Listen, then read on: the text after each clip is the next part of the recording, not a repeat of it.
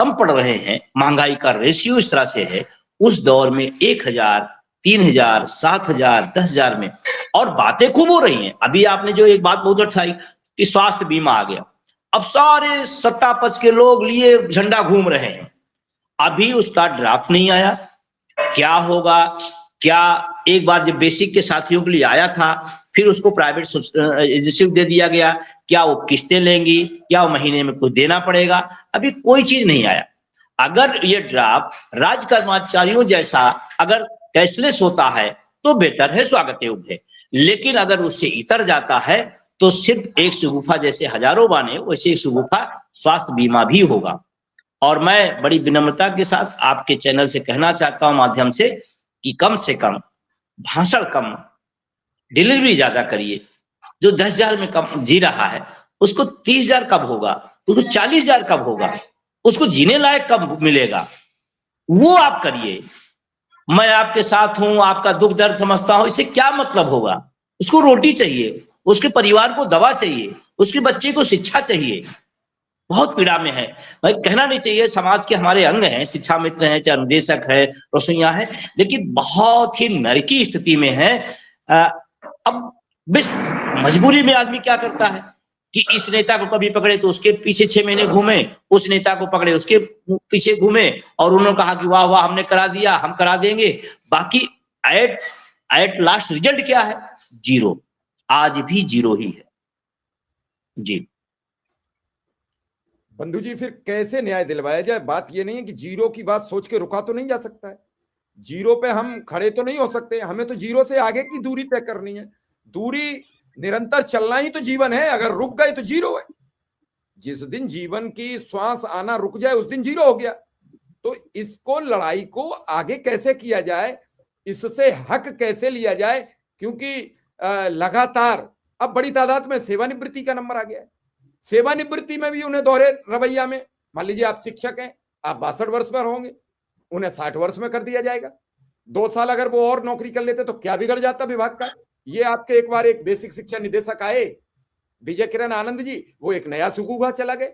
मुझे लगता है, आप माने ना माने, कि उत्तर प्रदेश की बेसिक शिक्षा की बर्बादी में मैन रोल रहा हूं हर मामले पर, शिक्षकों से लेकर, चाहे कर्मचारियों से लेकर, ऑनलाइन अटेंडेंस, ऑनलाइन व्यवस्था, ऐप का मतलब एक तरीके से बाजारीकरण करना।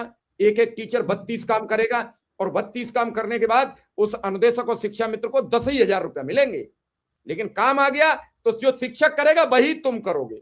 वहां तुलना नहीं होती कि शिक्षक को, अगर मैं आपके वेतन पर सवाल नहीं खड़ा कर रहा हूं कि आपको क्या मिल रहा है, लेकिन अगर उसे 70,000, 80,000 या 60,000, 50,000 जो मिल रहा है, तो कम से कम कहीं तो कंपैरिजन कर दो।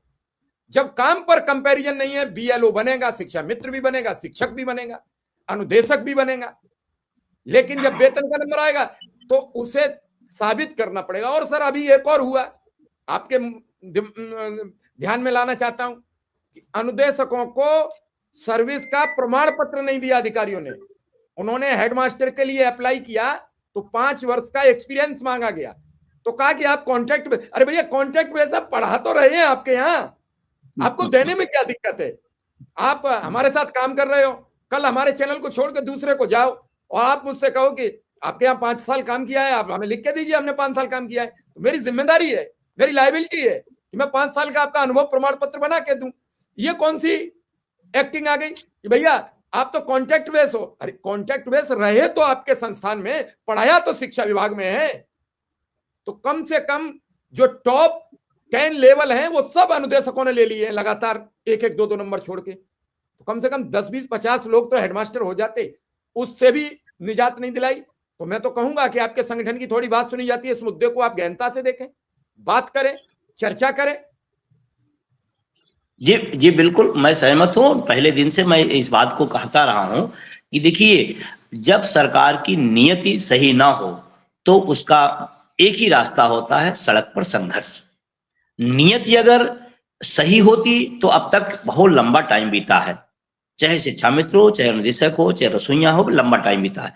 तो अगर नियत सरकार की नहीं है तो सड़क पर संघर्ष करना होगा, और संघर्ष से ही चीजें मिलेंगी। हम नेताओं के पीछे घूमने से अगर मिलना होता तो एक लंबा टाइम बीता है, उसमें कुछ नहीं। दूसरी बात मैं आपसे कहूं, सीतारामन जी ने कहा कि सोना चांदी खरीद रहे हैं, तो फिर सरकार क्यों चूक जा रही है उसमें खरीदने में? अभी रेलवे के सेवानिवृत्तों को एक चांदी का नहीं सर, आपको सवाल ये भी तो करना चाहिए कि ये 10,000 9,000 जो कर्मचारी हैं, 2 लाख कर्मचारी हैं उत्तर प्रदेश में शिक्षा विभाग में, ये कितना सोना खरीद लेंगे? अरे 1 ग्राम नहीं आएगा उनके वेतन में, 1 ग्राम नहीं आएगा। वही बात मैं कह रहा था कि आपने तो कह दिया कि सारे लोग बहुत धनी लोग हैं, सोना चांदी खरीद रहे हैं, तो मैं कहता हूं कि जिनको 1,000 रुपए रसोईयंग मिलता है, उसमें कितना सोना आप दे देंगी? सोना को आपने कहां पहुंचा दिया? चांदी आपने कहां पहुंचा दिया? 1,000 रुपए में कितना सोना और चांदी आप लेंगे? और आपने एक जिम्मेदार पद पर, देश का इतना लोकतांत्रिक, पूरी दुनिया का सबसे बड़ा लोकतांत्रिक देश, उस देश के वित्त मंत्री का बयान इस तरह, हर आदमी हंस रहा है, हर आदमी हंस रहा है कि यार ये क्या हो गया है? इस सरकार को चलाने वाले लोगों को, इस सरकार में मंत्रियों को क्या हो गया? जिसका जो मर्जी आ रहा है बयान देते जा रहा है। तो मेरा निवेदन यही है तमाम साथियों से कि सड़क पर संघर्ष करना होगा, उतरना